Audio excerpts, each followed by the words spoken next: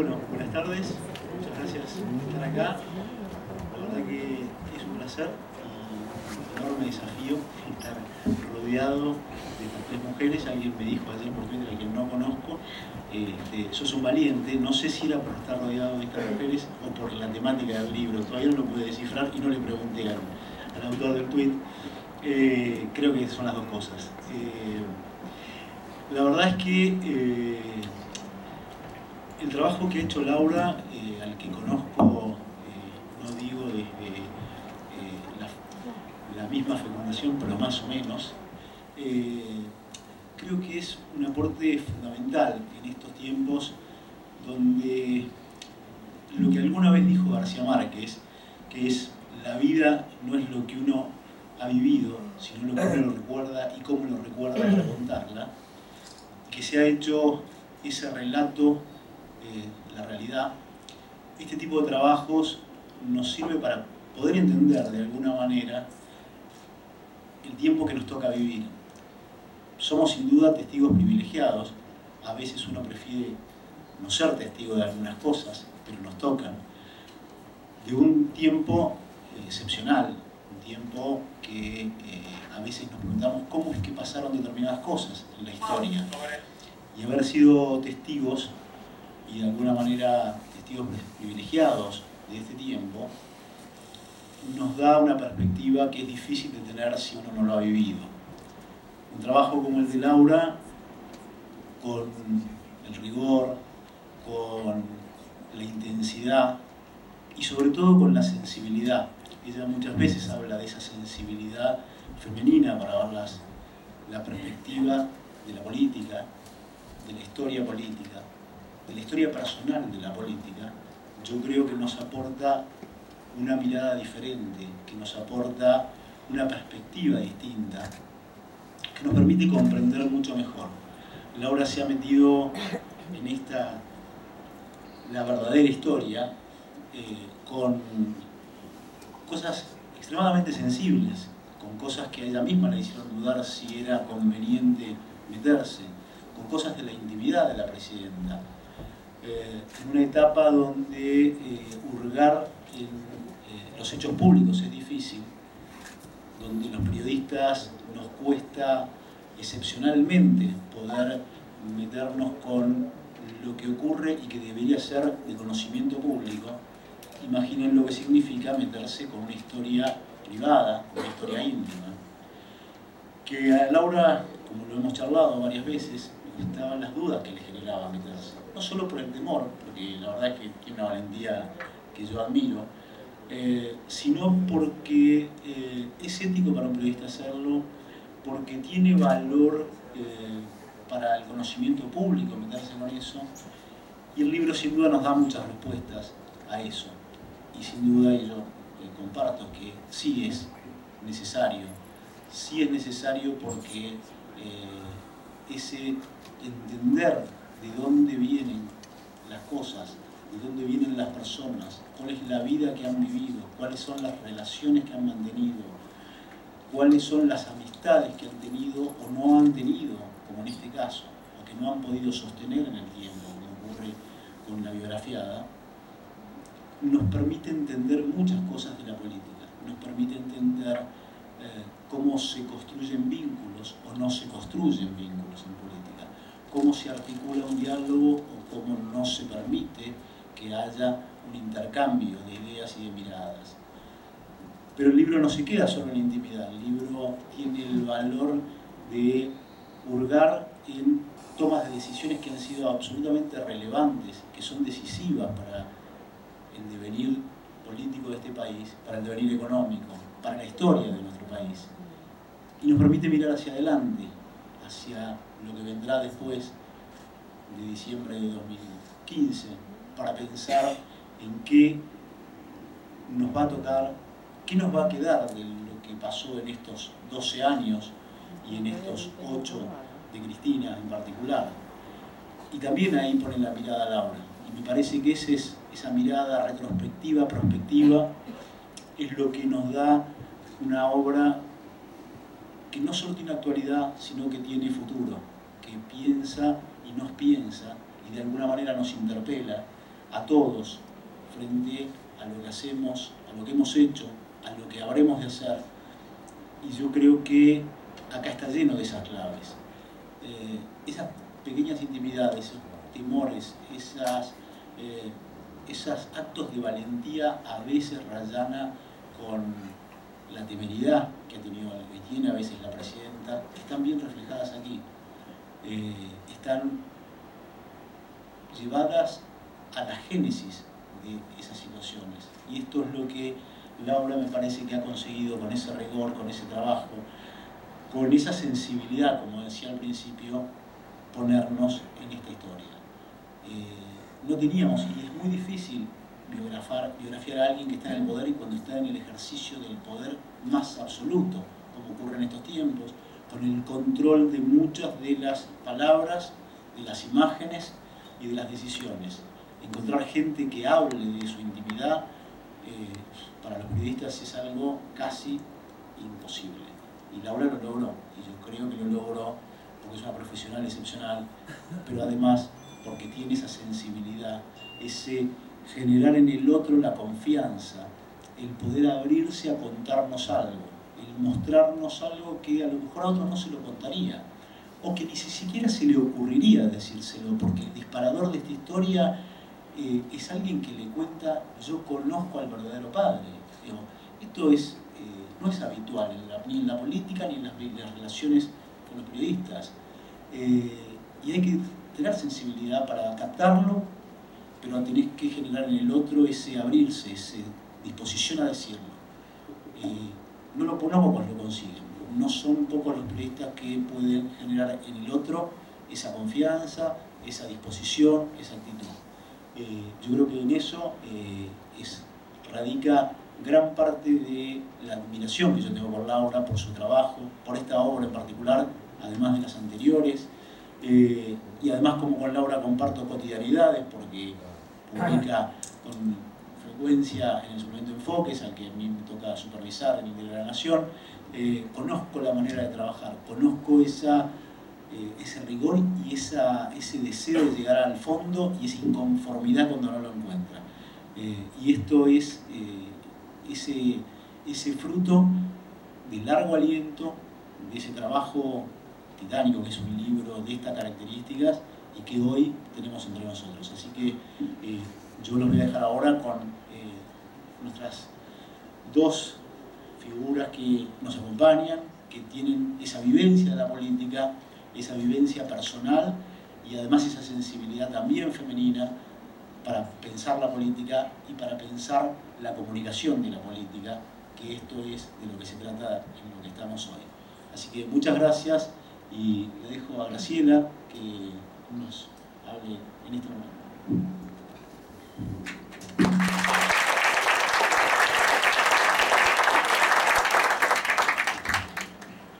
Muchas gracias a Sudamericana y a Laura por haberme invitado a hablar.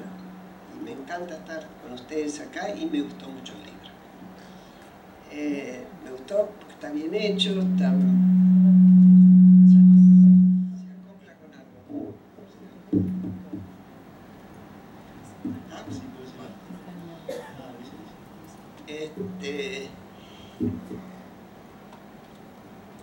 Es muy riguroso, en serio, no voy a ser muy novedosa y por eso me adhiero a toda la descripción que se ha hecho hasta ahora.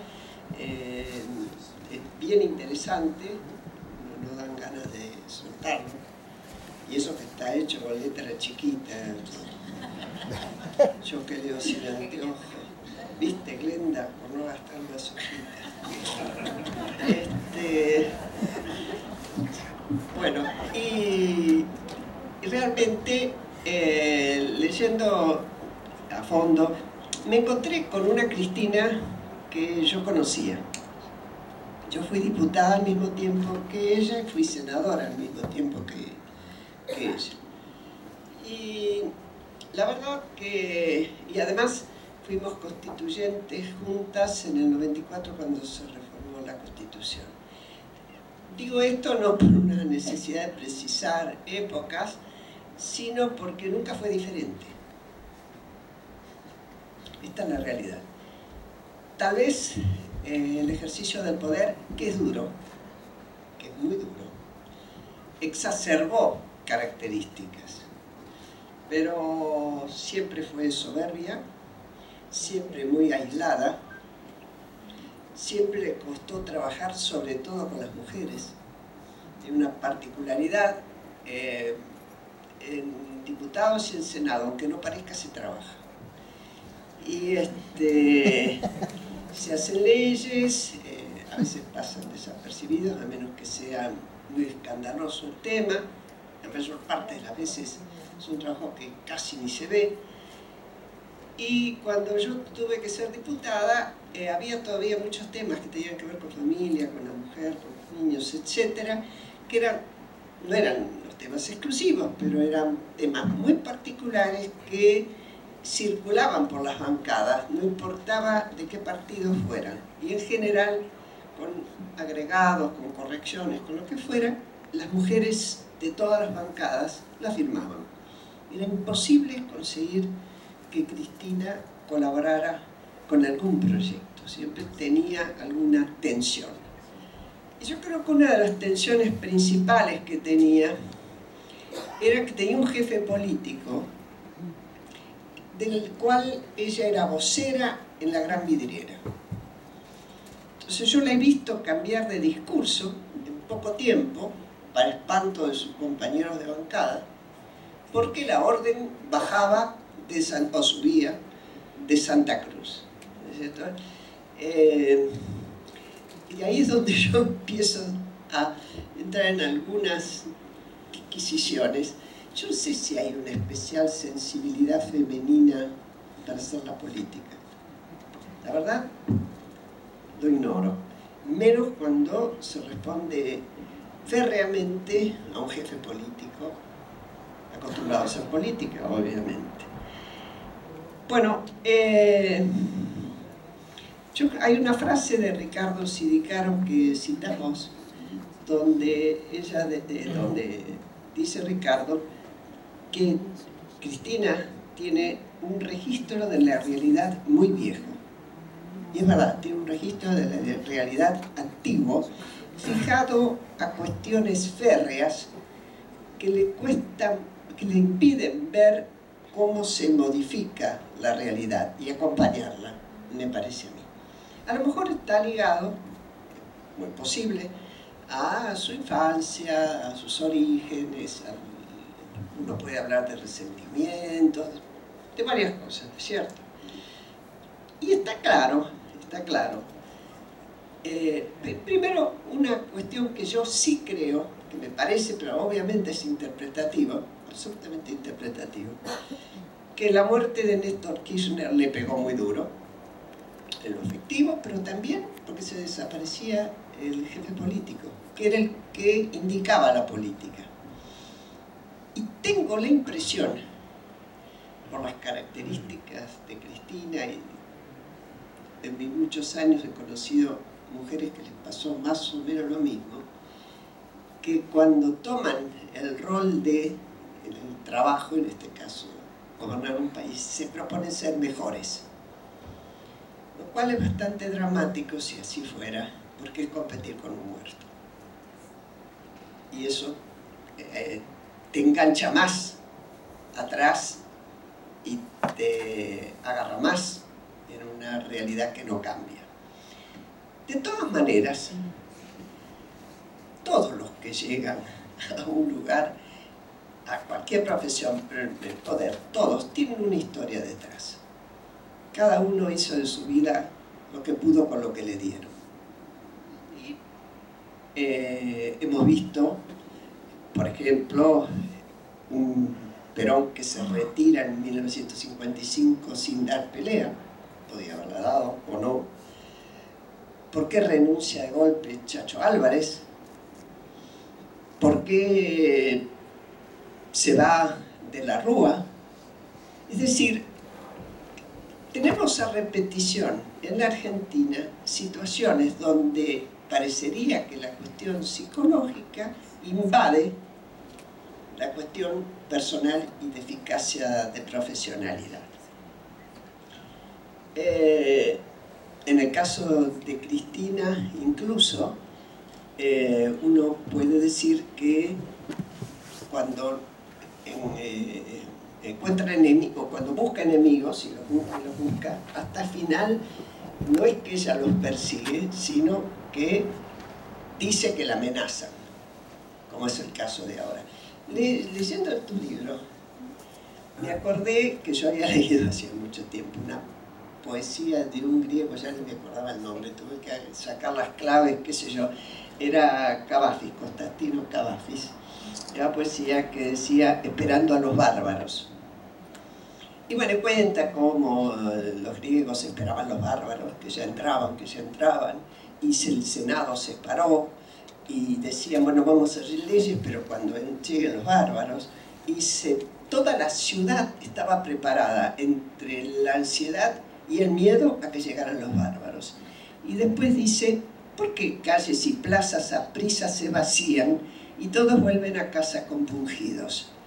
Porque se hizo de noche y los bárbaros no llegaron. Los bárbaros no existen. ¿Y qué va a ser de nosotros ahora sin bárbaros?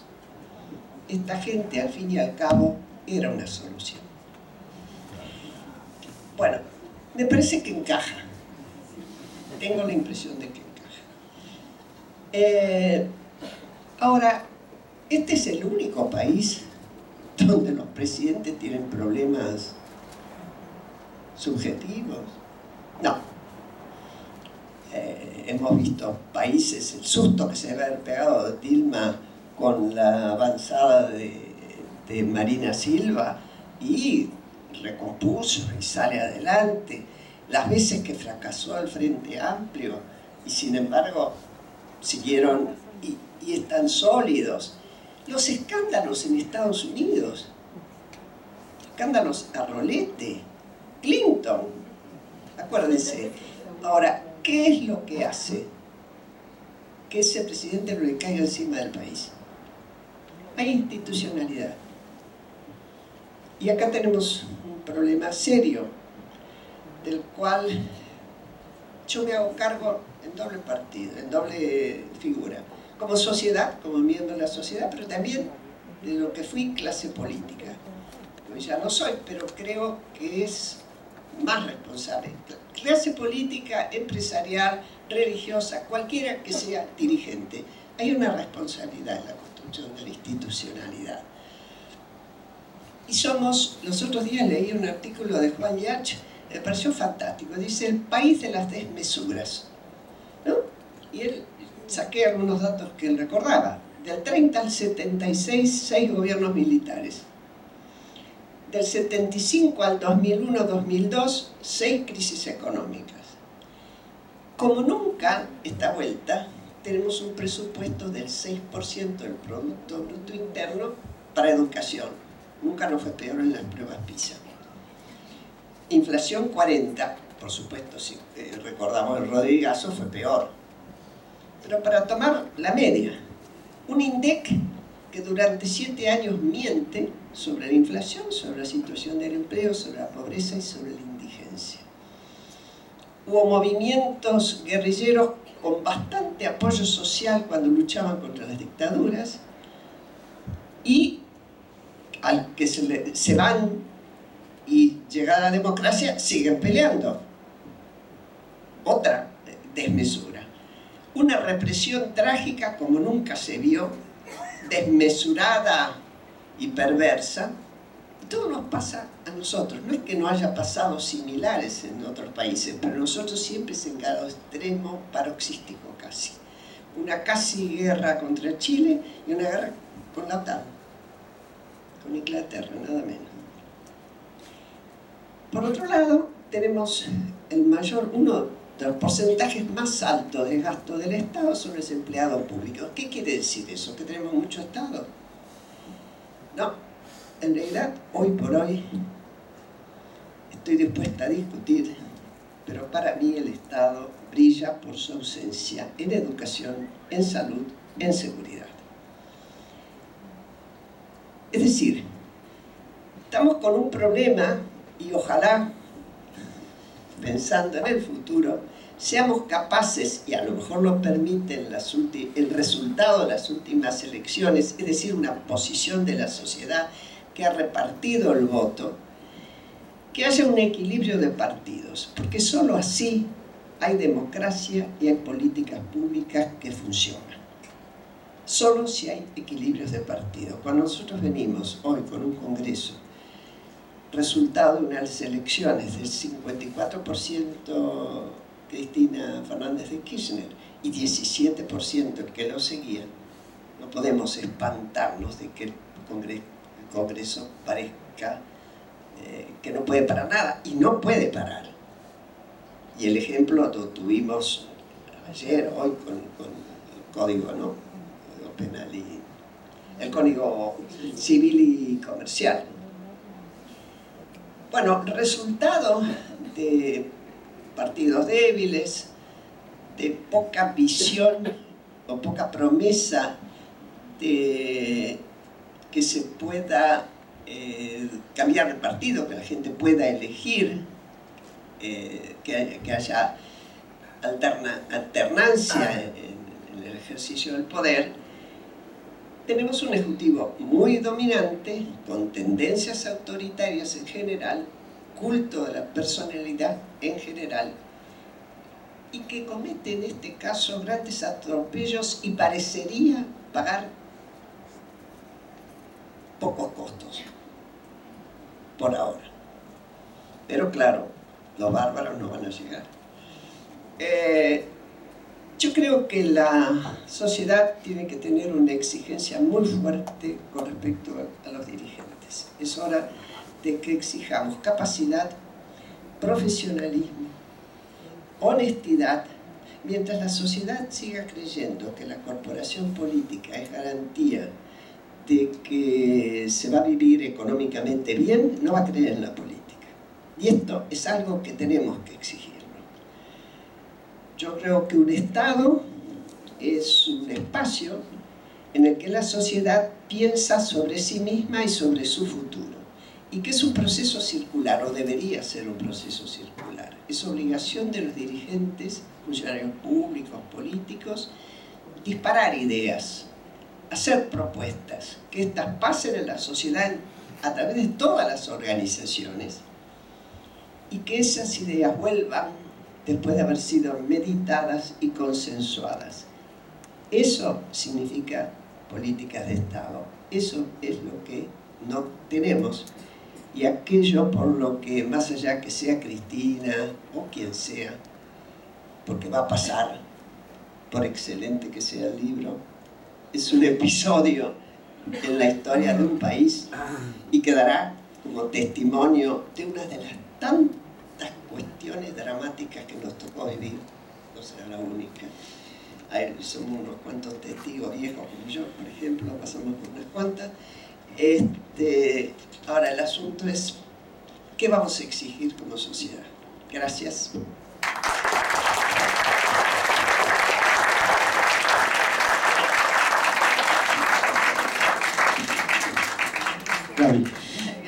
Gracias, Graciela. Gracias, Graciela. Me río porque Graciela dice, yo fui de la clase de política y ahora no lo soy, dice. Y todo el relato de Graciela es absolutamente de una dirigente política. Lo lamento, Graciela, pero lo tenés en el corazón y sale por todos lados. Bueno, gracias, Laura, por haberme invitado a compartir este momento, esta reunión, y bueno, y con Claudio y Graciela. Para mí es un honor, y todos ustedes, obviamente. La verdad es que, bueno, muchas de las cosas que dijo Claudio, que dijo Graciela, son las que tenía un poco por decir. Me gustaría hacer como, digamos, tres puntitos acá sobre el tema del libro y sobre Laura. La primera cosa es que creo que así como toda la dirigencia de la Argentina, tenemos que ser muy conscientes de la necesidad enorme de reflexión y renovación y recuperación de valores muy básicos y muy importantes para que una sociedad pueda sostenerse, pueda ser una sociedad que le dé dignidad a sus integrantes. tanto la dirigencia, como decíamos recién Graciela, social, la política, la empresarial, la académica, también los medios de comunicación. Todos tenemos que hacer esa reflexión. Creo que ya empiezan a aparecer claramente desde hace un tiempo dirigentes políticos, dirigentes empresariales, académicos, periodistas, que están en este camino, que se nota que están en este camino, asumiendo este tipo de responsabilidad, de reflexionar profundamente sobre cuál es el desafío que la Argentina tiene hacia adelante, cuál es este punto bisagra que puede darse a partir del 2015 por esa enorme oportunidad de cambiar representación, autoridades públicas a todo nivel, ¿no? A nivel ejecutivo, a nivel legislativo, digamos, y qué implica eso desde el punto de vista de la ciudadanía, esto que también decía Graciela, la exigencia de una dirigencia y de una representación político-institucional que de verdad pueda hacerse cargo de este desafío. Bueno, yo creo que desde el punto de vista del periodismo, la conozco a Laura porque tuve la oportunidad de que ni bien comencé en la política cuando era legisladora en la ciudad, ella me hizo la primera entrevista así como importante en Enfoques, Claudio, en Enfoques, no sé si, me parece que no estábamos en ese momento, pero bueno, estabas ahí dirigiendo Enfoques ya, bueno, no sé si estabas en Enfoques, creo que estabas en otro lugar.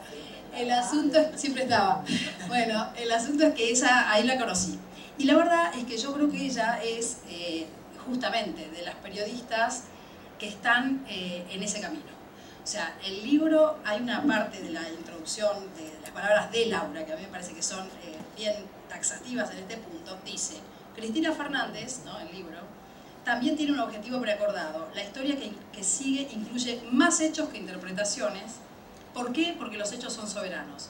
Es decir, lo que sucedió es verdad. Mientras que las interpretaciones sobre lo sucedido son subjetivas y por lo tanto parciales. Obviamente el periodismo tiene sus editores, tiene sus editoriales, y entonces obviamente también es una función del periodismo y es parte del periodismo la interpretación, la editorialización de la realidad. Pero si no existe previamente la información cruda y dura de los hechos, bien así concretos y taxativos como son, la verdad es que se nos está perdiendo justamente la esencia fundamental de esta profesión y del lugar que esta profesión y que esta vocación y que este tipo de personas tienen en nuestra sociedad. Entonces yo creo que el primer tema que tengo que decir es que el libro responde exactamente a lo que yo vengo conociendo en Laura hace mucho tiempo, que es que es fiel y le interesa, decía Claudio, hasta que no tiene el último cosito que cierra lo que ella está buscando, lo que ella está viendo, lo que ella está transitando, no está contenta, no está conforme. Bueno, es ese bicho de la vocación por informar, por la verdad, por los hechos, por lo sucedido, por la historia, por lo que pasa. Y me parece que eso vale mucho y el libro está plagado de eso, de mucho trabajo sobre la recolección de la verdad, de lo sucedido. Y eso me parece que vale mucho para este momento de la Argentina en donde justamente tenemos enfrente, ahí nomás, la oportunidad de, no digo cambiar las cosas de un día para otro, porque eso nunca va a suceder así, sino de empezar a poner algunas cosas en marcha desde el punto de vista del conjunto. O sea, tratar de proponernos colectivamente algunos proyectos en común, algunos desafíos en común, y me parece que el de que el periodismo se nuclee, se base y se vuelva a esta fuente tan esencial de su vocación es muy importante. Así que eso por el lado de quien hace el libro, de Laura, que me parece que merece absolutamente este reconocimiento, no solo por este libro, sino por todo lo que ha hecho y por todo el trabajo que viene haciendo. Después, en términos de la protagonista del libro, yo tengo algunas cosas muy pequeñas, vividas en relación con la presidenta, pero que me parece que también tienen que ver o ilustran de alguna manera el personaje que plantea el libro a partir de los hechos concretos que Laura narra. Yo no la conocía a Cristina, digamos, como diputada, como senadora, porque en ese momento no hacía política, pero en los últimos tiempos, en el 2009, cuando yo era diputada, acababa de ser elegida diputada, me acuerdo que en esa elección, la elección del 2009, el oficialismo pierde, y pierde la provincia de Buenos Aires habiendo puesto todo lo que tenía a mano para poder ganar, ¿no? Fue un momento muy difícil del gobierno, el momento creo que más difícil que atravesó el kirchnerismo, de pérdida de poder. Y recuerdo, digamos, que en esa lógica de esa semana que el expresidente Kirchner y Cristina misma se ocuparon toda la semana de ver cómo hacían para mostrar que los números no eran los que eran, digamos, y que en realidad habían ganado. Yo estaba muy preocupada, de verdad, personalmente, me acuerdo de haberme encontrado frente al televisor diciendo, pucha, qué macana, porque ese domingo cuando nosotros habíamos ganado la provincia, a mí me parecía que era mucho más importante que nosotros hubiéramos ganado, me parecía mucho más importante que el gobierno había perdido. Y que el gobierno había perdido, ¿por qué? Porque me parecía que era un momento de sacudida, o sea, era un momento de decir, bueno, flaco, acá algo está pasando, me parece que hay que mirar un poco profundamente qué es lo que ocurre, porque estamos diciendo que somos Gardel, Lepera y no sé qué, y parece que la gente ya no nos da ese lugar. Entonces dije, bueno, es una buena oportunidad de repensar desde el gobierno. Yo dije, bueno, acá alguna cosa va a pasar. Se hablaba en esos días de la posibilidad de llamar a un diálogo político por parte de la presidenta, etc. Bueno, ante mi frustración de ver toda la semana esta cosa de que tanto Kirchner como Cristina Fernández de Kirchner habían estado defendiendo que habían ganado, muy deprimida, el domingo estoy en mi cama mirando los diarios y viendo los titulares y yo sola, ahí tranquilita, y veo grandes titulares: Cristina Fernández llamó al diálogo político. Entonces me agarró como una especie de emoción, dije, bueno, evidentemente alguna sacudida ha habido, no funcionó esto de pretender hacer que no se había perdido. Y entonces le digo a Paula, que está acá presente, que me ayuda con los temas de prensa, le dije, mira, llamala, me agarró así como una cosa bien, pero absolutamente natural, automática y digamos, y sin ninguna intermediación de pensamiento ni reflexión, así bien instintiva. Le dije, llamar al secretario de la presidenta, decirle que quiero hablar con ella un minuto por teléfono. Mi idea era, así como decir, ese es el camino, hay que ir por ahí, ¿no? Con una cosa así como muy voluntarista de mi parte, de pensar que podía haber una profunda reflexión al respecto. Entonces, y bien patriótica, ¿no? Porque fue así. Bueno, el asunto es que cuando me devuelve el llamado, Paula me dice, no, mira, quiere que vayas a hablar con ella, no quiere hablar por teléfono, quiere que vayas a Olivos. Yo nunca fui a Olivos, qué raro, digo, pero es para decirle un minuto una cosa. No, bueno, pero insiste, insiste que vayas. Bueno, está bien, yo bien. Entonces me preparé, ya no una frase, me preparé, digamos, un lindo discurso, para hablar con la presidenta, que era la primera vez que me iba a encontrar mano a mano, y para transmitirle de verdad que me parecía que había una oportunidad en un momento, como decía Graciela recién, cuando el poder se fragmenta, cuando el poder empieza a estar más repartido, hay más posibilidades de realmente generar algo colectivo, algo que empiece a ser, ¿no?, un poquito la parte de todos, hay una posibilidad de conjunto. Entonces dije, bueno, es una buena oportunidad. Si estos se sienten un poco golpeados, ahí hay un recodo, hay un agujerito, hay una cosita para meterse. Entonces, bueno, pensemos que estábamos con toda esta cosa que había pasado del campo, mucho deterioro de las relaciones entre los propios argentinos, una cosa muy, muy fea había pasado, ¿no? Entonces, bueno, aparezco y estuvimos 1 hora y media conversando, que fue para mí un montón, y ella me estaba esperando exactamente a la hora. Yo dije, bueno, me vas a esperar, me van a tener acá. No, o sea, todo muy bien. Y la charla fue muy como representativa de esto que marca el libro y lo que decía Graciela recién, ¿no? Por un lado hay como una mujer que evidentemente tiene conciencia de lo que es la institucionalidad, de lo que implica la calidad institucional en un país, de que eso es necesario, de que eso es algo importante y trascendente. Por otro lado hay una persona, una mujer, que siempre se manejó con directivas y siendo como parte de un equipo político donde ella no ha sido la que marcó la cancha, la que tomó las decisiones, ¿no? Entonces, muy dependiente de otra cosa, del otro, del poderoso. Y se notó claramente, o sea, hablamos la primera media hora, yo le dije, voy a tomarme el atrevimiento, si vos me dejás, de que yo te hable como si yo fuera la presidenta, ¿qué haría? Yo sé que hay una distancia enorme entre mi lugar y el tuyo, pero si vos me dejás, yo voy a hacer ese ejercicio. Y te voy a decir lo que a mí me parece que sería bueno que pasara en la Argentina hoy. Bueno, le hablé obviamente de todo lo que a mí me parece que son las necesidades de políticas de Estado, la necesidad de volver a unificar un poquito, a unir a los argentinos, el diálogo, todas las cosas en las que creo firmemente. Y ella estuvo muy atenta, totalmente conectada, me iba como afirmando las cosas, o sea, como si estuviéramos hablando con una persona que realmente opina igual, está en la misma lógica, ¿no? Y uno se va entendiendo, y sí, porque esto, porque además tenemos que hacer aquello, porque no sé qué. De golpe, en un de segundo, ¿pero a vos te parece? Pero vos fíjate, yo te voy a mostrar, no sé quién llamó, tráeme el Clarín, tráeme La Nación, tráeme... Y a partir de ahí, que no sé cuál fue el segundo que pasó en el clic ese, pasó a ser otra vez, porque fíjate, si yo quiero ser la voz de no sé qué cosa, y acá me ponen el renglón, que tiene una cosa, pero totalmente opuesta.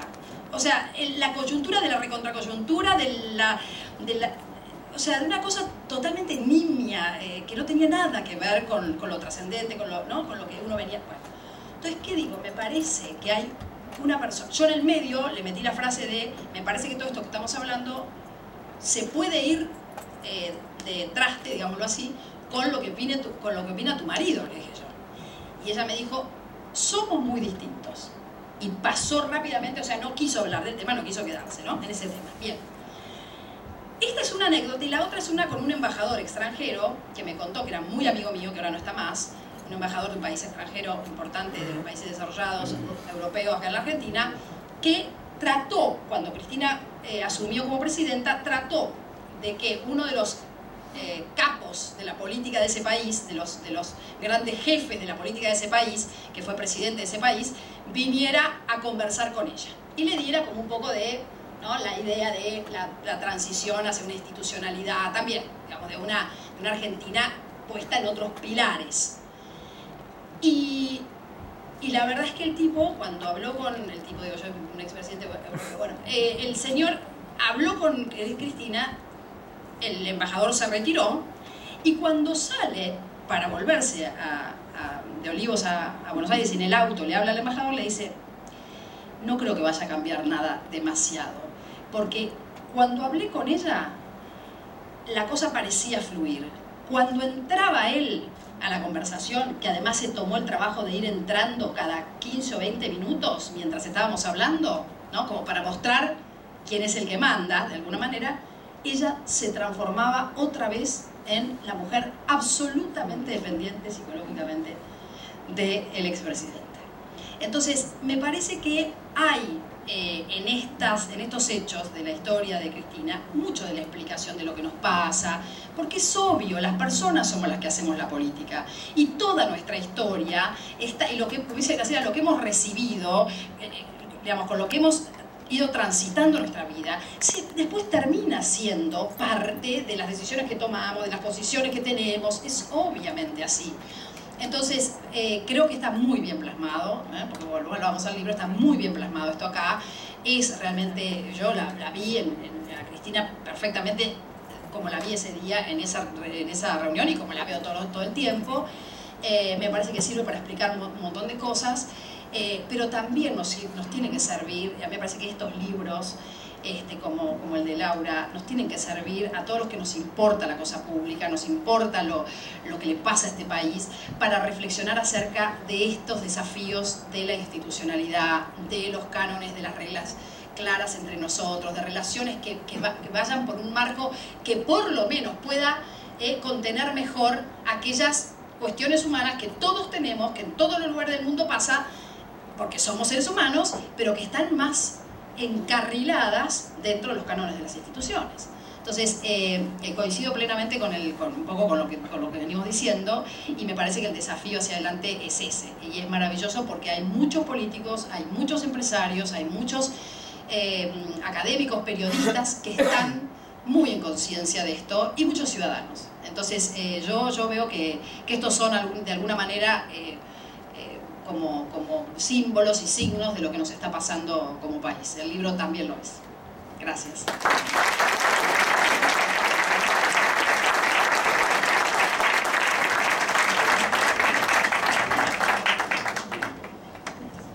Bueno, ahora te toca a vos. Ahora la novia tiene que decir que sí, así que... Sí, ahí estamos, ahí estamos.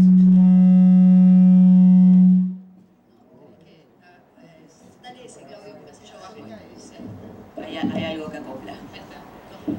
Bueno, espero preguntas, hablo. Bueno, a ver, voy a hablar un poquito. Bueno, en principio, en principio lo que me surge es el agradecimiento. Quería agradecer primero a ustedes que están acá, a Graciela, a Gabriela, bueno, a Claudio Jacqueline, que es mi editora en La Nación. En principio, bueno, agradecer es muy difícil, yo siempre cuento, es muy difícil en la Argentina hacer investigación, es muy cara. Hacer una investigación de largo aliento, esta fue una investigación de largo aliento, una investigación que duró 1 año y medio, con mucho compromiso, mucha gente trabajando en conjunto. Le quiero agradecer muchísimo a Glenda Vieites, que fue mi editora en toda esta aventura, que incluyó viajes a los lugares donde Cristina Fernández vivió, viajes a Santa Cruz, viajes a La Plata, en muchísimas oportunidades, tiene más de 70 entrevistas el libro, tuvo un equipo de investigación. No es común, a ver, en general, digo, como el tema financiero nos afecta en un montón de planos, los libros en la Argentina se hacen en 2 o 3 meses, esto como para que tengan una idea de por qué para mí fue tan valioso tener la posibilidad de hacer un desarrollo tan importante, ¿no? Y bueno, y el estar, bueno, eso implica un montón, es un proceso que implica muchísimo, un engranaje muy complejo y una editorial que lo esté apoyando. Yo siempre cuento, digo, además del agradecimiento con Sudamericana, siempre cuento que cuando yo publiqué La Cámpora, se la llevé a una editorial. Y la editorial me dice, nos encanta el libro, pero queremos que sea un libro en contra. Entonces yo dije, ¿en contra? ¿Por qué? Porque vende. Entonces digo, bueno, este es el esquema cultural en el que estamos, ¿no? Yo recién venía en un taxi y el taxista me decía, así que escribiste un libro sobre Cristina. Digo, ¿te pregunto o no te pregunto? Me da miedo. Digo, ¿pero qué te da miedo? No, porque viste que acá te metes en un despelote cuando preguntás si es a favor, si es en contra. Digo, yo creo que lo peor que nos pasó a los periodistas es que nos pregunten si el libro es a favor o en contra, ¿no? Porque de algún modo es meternos en una lógica política. Digamos, a ver, si yo hago un libro para destruir a alguien o para ensalzar a alguien, ya no soy periodista, soy una política, tengo otro interés. Creo que es una de las peores cosas que nos pasó en esta década, es asociarnos con la lógica política. Bueno, entonces lo que quiero destacar es que tuve una enorme libertad para hacerlo, un enorme apoyo. Y bueno, le agradezco mucho a Claudio también, Claudio Jacqueline es mi editor en La Nación, el señor es responsable de mucho de lo que lee en La Nación y uno de los mejores editores del periodismo gráfico. Es uno de los mejores editores del periodismo gráfico y yo estaba muy así, digamos, había tenido muchísimo apoyo de Juan Boido, que es el director editorial de Random y de Glenda, pero como soy un poco obsesiva, tenía un primer capítulo que donde yo iba a decir un montón de cosas de la presidenta, entre ellas anudar su vida a la de Eva Perón, a que su papá no la había reconocido al nacer, bueno, que tenía un montón de heridas de su infancia y me iba a meter en su vida personal. Entonces yo soñaba con que, digo, bueno, necesito a alguien que me tranquilice, y con este ejercicio que tenemos de trabajar en conjunto, le pedí mandarle el capítulo a Claudio, y yo digo, este hombre me va a matar. Eran 60.000 caracteres, 30 páginas, un hombre que está, bueno, tiene un diario a sus espaldas, un montón de hijos, una vida. Yo digo, me va a matar. Sí, tiene muchos hijos, no sé, como 4 o 5, algo así. Sin embargo, bueno, me hizo una devolución. Sí, pero es cierto. Me hizo acordar, yo era bastante hipocondríaca hace unos años y cuando iba a un médico me decía, esto, no tenés nada. Entonces, algo así, cuando Claudio lo leyó y me hizo una devolución, dijo, bueno, dormí más o menos en paz. Bueno, de hecho entonces empieza este libro con esta aventura que fue Cristina Fernández y si yo les diría, a ver, muchas de las cosas que recién contaba Gabriela, es una pena que no haya estado Ocaña, que estaba comprometida a venir. Graciela tuvo un problema con su hermano está muy mal de salud y no pudo venir, porque tuvo esto que vos estás contando. Graciela Ocaña, que fue ministra de Salud de Cristina, lo tenía de un modo permanente, ¿no? Donde ella tomaba decisiones y después volvía atrás porque Néstor Kirchner de algún modo, entre comillas, le comía la cabeza, ¿no? Cristina era tremendamente dependiente de su marido. Y les diría que, a ver, una revelación para mí importante a la que yo llegué cuando terminé el libro es que Cristina es exactamente lo opuesto de lo que parece, ¿no? La presidenta parece una mujer con mucho carácter, que tuvo convicciones toda la vida, inamovibles, invulnerable, guerrera, todoterreno, y en realidad es una mujer insegura, influenciable con aquellas personas a las cuales ella le otorga poder. Primero fue Néstor Kirchner, después fue Berbisky. Cuando ella queda viuda, muere Néstor, es Berbisky el que empieza a tomar un montón de, digamos, a operar en la sombra, a ser un monje negro, ¿no? Desde página 12. Se escribió muy poco sobre esto, yo en el libro le dedico un capítulo. Me parece algo importante hablar de esto, ¿no? Porque de algún modo un periodista que es un operador político traiciona. Es como si un médico traicionara el juramento hipocrático, ¿no? Porque te está diciendo que es un periodista que va a trabajar con ecuanimidad y en realidad está jugando en la interna de un gobierno. Y cuando muere Néstor Kirchner se convierte en una especie de ministro sin cartera y de hombre que tuvo, bueno, mucha influencia en... Ahora, por ejemplo, cuando Máximo Kirchner sale a hablar, Berbisky escribe en su columna de página 12 que Máximo Kirchner nació en La Plata, con lo cual después lo habilitó a Gabriel Mariotto a decir que Máximo podía ser candidato a gobernador en la provincia de Buenos Aires, ¿no? Hay como un engranaje que se va armando y del cual Berbisky es parte. Y Berbisky pierde sus acciones frente a Cristina por un montón de cosas que sería muy largo contar acá, y ese podio del lugar que tenía Néstor lo empieza a ocupar el Papa Francisco. Y si hoy vemos el Código Civil que tenemos, vemos la mano del Papa Francisco, algo, digamos, que hubiera sido insólito, que hubiera sido rarísimo hace 2 años atrás, cómo cambió esa relación entre el Papa y Cristina Kirchner. Y de algún modo el Papa ocupa un lugar paternal en la vida de Cristina, que solo se entiende, o sea, si uno lo analiza solo desde la lógica política, eso no se entiende. Ahora, si se lo analiza desde su vida personal, desde esta chica que nació en la 4 y 32 de Tolosa, hija de mamá soltera, con todo lo que eso implicaba en los años 50, con un papá que no la reconoce al nacer, con un papá adoptivo que se acopla a la familia 5 años después, el lugar que Néstor después ocupó en su vida y esa, digamos, esta cosa que no se termina de armar en Cristina, no es como si fuera 2 personas, es una persona muy compleja de contar. Bueno, se entiende por qué el Papa Francisco ocupa ese lugar, y ocupa de algún modo hasta con las palabras que tenía Néstor Kirchner, ¿no? Néstor decía, no le traigan problemas a Cristina. Esto era lo que le decía a su equipo de colaboradores. El Papa dice, cuiden a Cristina. Cuento esto porque fue difícil comprender. Yo creo que a veces se entiende ese vínculo solamente con una cuestión de mero cálculo político. Y creo que si le metemos estos otros ingredientes, anudando la historia personal y política, bueno, la historia se entiende mejor. Y por último, antes de dejar que Claudio me haga preguntas donde yo funciono mejor que hablando, recién Graciela decía algo así como esto es un periodo que pasa.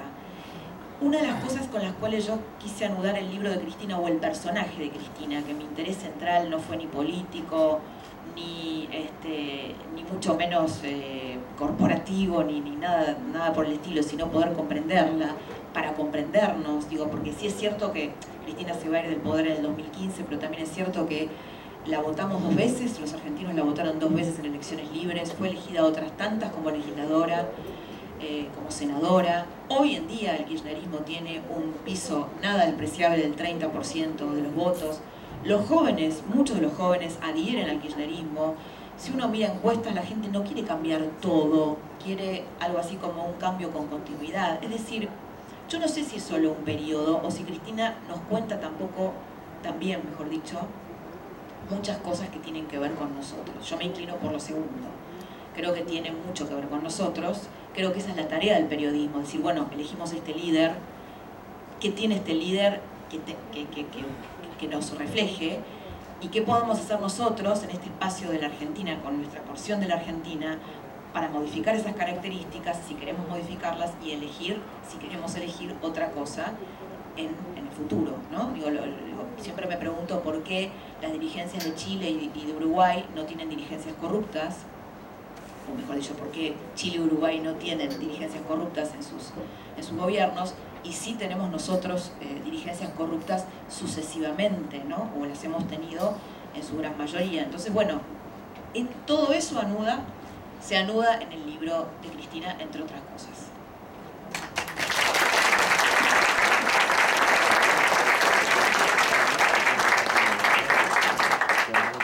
Esta investigación, Lau, tiene un momento donde uno dice, valió la pena. Esto era... Hay un momento donde cuando uno investiga, cuando le dedica tanto tiempo, dice, esto es lo que valió la pena. Este es el momento que encuentro esa revelación, ese dato que me faltaba. Es ese momento que me ilumino y digo, esto la verdad que es lo que busqué tanto tiempo. ¿Cuándo fue ese momento en este libro? ¿Cuántos hay de esos momentos en este libro, más allá de esta revelación que vos decís al final de terminar de comprender? Pero esos detalles, ese laburo meramente de investigación, donde apareció el dato, donde se juntaron esas dos moléculas que tenían que formar lo que tenían que formar definitivamente. Fueron un montón, muchos momentos. Un momento para mí revelador fue, yo viajé a Santa Cruz, estuve ahí varios días, y hay una historia que yo cuento en el libro, que está en el capítulo El fantasma de las manos de Perón, en donde Cristina, cuando muere Néstor Kirchner, le agarra una desesperación por la profanación de su cuerpo. Yo conocí esta historia antes de viajar. Digo, yo ahí terminé de entender cuál era el vínculo entre ellos, ese vínculo simbiótico entre ellos, ¿no? Cuando, bueno, ustedes saben, obviamente, que a Perón le cortaron las manos cuando falleció en su cadáver, y a Cristina, cuando Cristina tuvo una relación siempre muy ambigua también, como con una figura de un padre con Perón, por momentos fue un viejo de mierda, perdón, a la gente no le gustan las malas palabras, pero es lo que decía. Ahora lo reivindica. Bueno, la cuestión es que cuando muere Kirchner, a ella le agarra una locura porque le roban el cuerpo del cementerio de Río Gallegos, que además es un cementerio muy precario. Entonces para mí fue, a ver, bueno, ahí ocurre casi un thriller, ¿no? Es como una novela policial lo que pasa después de la muerte de Néstor Kirchner. Lo cuentan los protagonistas con nombre y apellido, ¿no? La gente que estaba a cargo del cementerio, los radicales que en ese momento estaban en la intendencia de Río Gallegos. Y yo trabajé ahí, como les contaba, trabajé con un equipo de investigación al cual también le agradezco muchísimo porque se cargaron mucho el libro al hombro. Y en Santa Cruz hay una mujer que la siguió mucho a Cristina, que es una periodista, que es Mirta Espina, en donde una noche en el cementerio de Río Gallegos fuimos recorriendo todo ese derrotero que había hecho Cristina Kirchner cuando muere Néstor y cuando le empieza a agarrar el ataque de dónde Néstor iba a estar más seguro. En realidad no iba a estar seguro en ningún lado porque el cementerio ni siquiera tenía luz. Bueno, había toda una serie de irregularidades y de inseguridades, pero bueno, finalmente logran meterlo en una bóveda, en la bóveda de un tío de Néstor Kirchner, en donde era una ventanita por la cual no entraba ni un gato, y Cristina dice, hay una ventana, pueden entrar a cortarle las manos. Bueno, al otro día tuvieron que sellar esa ventana. Bueno, finalmente, estando ahí en el cementerio de Río Gallegos, vi la ventana con las rejas, pero también me di cuenta por qué ese mausoleo napoleónico de 650 metros cuadrados, donde Cristina puede monitorear la seguridad del mausoleo desde su propio escritorio hoy. O sea, hoy ella tiene un sistema de seguridad donde puede ver qué cosas pasan dentro, digamos, si el mausoleo está cuidado o no, ¿no? Bueno, ahí es como que ese fue uno de los momentos importantes. Y el otro es el tema de su salud, el hablar con sus médicos, ¿no? Recién, bueno, las dos creo que Graciela y Gabriela contaban cómo es Cristina, y yo tampoco, digamos, sé muy bien por qué no nos metemos más en el tema de su salud. El diagnóstico de sus médicos tiene como 4 puntos importantes, y uno de ellos es su bipolaridad leve. Esto no se me ocurre a mí, lo dicen sus médicos, ahí sí amparados en el secreto profesional, pero bueno, esto es directamente de su equipo médico. Bueno, y eso hace, nada de esto la inhabilita, pero sí la explica, ¿no? Hace esto de que, bueno, por un momento por momentos está absolutamente compenetrada con algo, después cambia de idea, después se expulsa, después se enoja, después le declara la guerra a Obama, como esta semana, ¿no? La quieren matar. Su bipolaridad explica mucho y también su narcisismo extremo. Esto es lo que dicen sus médicos, un narcisismo extremo, ¿no? Que bueno, que todo el mundo gira en torno de ella. Creo que esos fueron momentos importantes de la investigación. ¿Querías hacer una acotación? Sí, yo leí atentamente el capítulo ese de las manos de Perón. Ahora, esto no hace más que reafirmar la dificultad que ella tiene para ver la realidad. A Perón le cortaron la mano porque la puja peronismo-antiperonismo en ese momento era 18 años. Una parte de la sociedad con todo su poder intentando hacer desaparecer al peronismo. Violencia como esa. No hay quien quiera hacer desaparecer aquello. Kirchner no era Perón y ella no es Evita. Ese es el lío de cuando vos tenés una distorsión de la realidad. La otra cuestión del narcisismo. Todos somos narcisistas, porque si no, no tendríamos autoestima y todo lo demás. Lo que me parece que a Cristina le cuesta mucho es escuchar a otro. Y lo que describías vos, y que tiene que ver con la dificultad para el diálogo. Para el diálogo hay que reconocer en el otro a alguien que tiene algo importante que decirme y hay que escucharlo, no oírlo. Hay que mirarlo, reconociéndolo como persona y no verlo. Y lo que hay que desarmar es la cuestión, te escucho un rato, pero ya tenga lista la respuesta.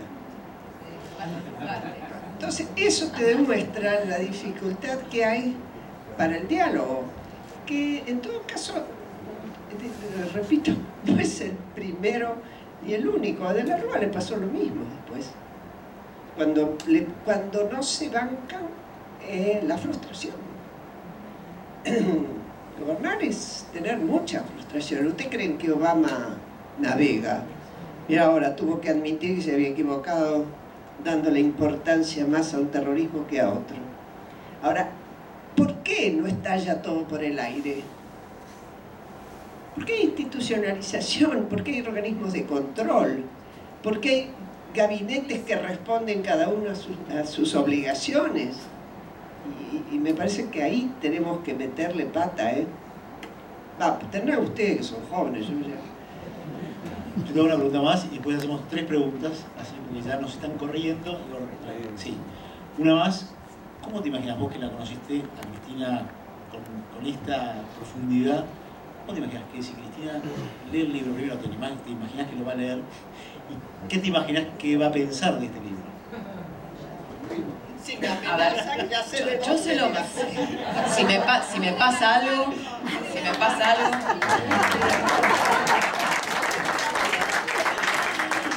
Bueno, no, yo le mandé el libro con una dedicatoria.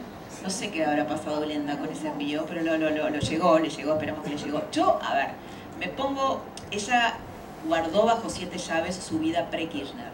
Jamás nadie había entrevistado a sus compañeros de colegio, a sus compañeras de la secundaria. Hay fotos inéditas en el libro, porque una de las cosas que ella ocultó, cuando uno ve, por eso es un problema el periodismo militante, cuando uno ve las 2 biografías autorizadas de Cristina, parece que su vida hubiera empezado en el 3er año del Colegio de la Misericordia, donde ella era, y hay inclusive como una temperatura de chica de clase media, ¿no? Con un vestidito de danza, pero en ningún momento aparece la escuela 102 de Tolosa, ni la casa que no tenía cloacas donde Cristina nació, ¿no? Porque esta es la historia de una chica que nació en esa casa, en una casa sumamente pobre y llegó a lo más alto del poder político y económico en la Argentina. Es una película, les digo que es una película y no escatimó medios para llegar, ¿no? Pero utilizó todos los medios, es el éxito a cualquier costo. Cristina es el éxito a cualquier costo, es también otra parte del libro.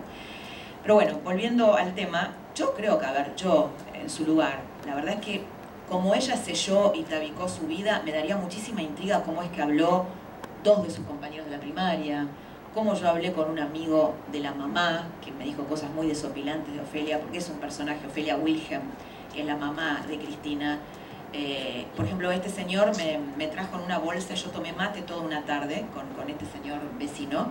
Entonces en un momento me dice, te voy a traer algo que te va a interesar. Y los periodistas, como somos bastante bulímicos, a mí me empezaba a latir el corazón porque digo, ay, va a traer algo, va a traer algo. Y era el que tenía las fotos, claro, porque había sido papá del colegio junto con Ofelia Wilhelm, de sus hijos habían ido al mismo colegio que Cristina Fernández y su hermana Giselle. Entonces tenía las fotos, las típicas fotos escolares. Y contó un montón de cosas que yo la verdad, digo, no podría yo sustraerme a la curiosidad de ver cómo es que ella, habiendo tabicado, por supuesto hubo muchas otras fuentes que no quisieron hablar desde ya, o sea, porque se enteraban y me decían, no queremos hablar, pero muchas otras sí. ¿Cómo es que esta gente habló? ¿Cómo es que me acerqué tanto? ¿Cómo es que esas fotos se publicaron? Y no sé, la verdad es que pensar, yo creo que no puedes, realmente, no sé, yo creo que sí, y sobre todo yo creo que tuvo que haber leído la entrevista con la depiladora, con su depiladora. Sí. Bueno, lamentablemente no vamos a tener tiempo para preguntas porque si no, Laura no va a tener tiempo para firmar ejemplares, así que yo les pido mil disculpas, les agradezco muchísimo por la atención, les agradezco a las dos invitadas que la verdad que han hecho unos aportes fantásticos que hacen que esta obra siga en construcción, aunque sea la historia definitiva, pero seguirá en construcción sin duda, porque Cristina sigue en ejercicio y Laura sabrá aprovechar de esto. Así que les agradezco mucho.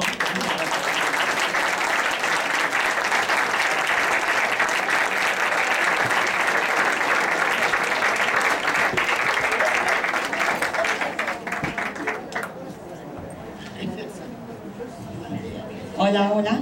Sí, en nombre del Ateneo les agradezco haber venido a la presentación y les informo que los libros se pueden adquirir solamente en planta baja y la librería estará abierta hasta las 8 de la noche. Gracias.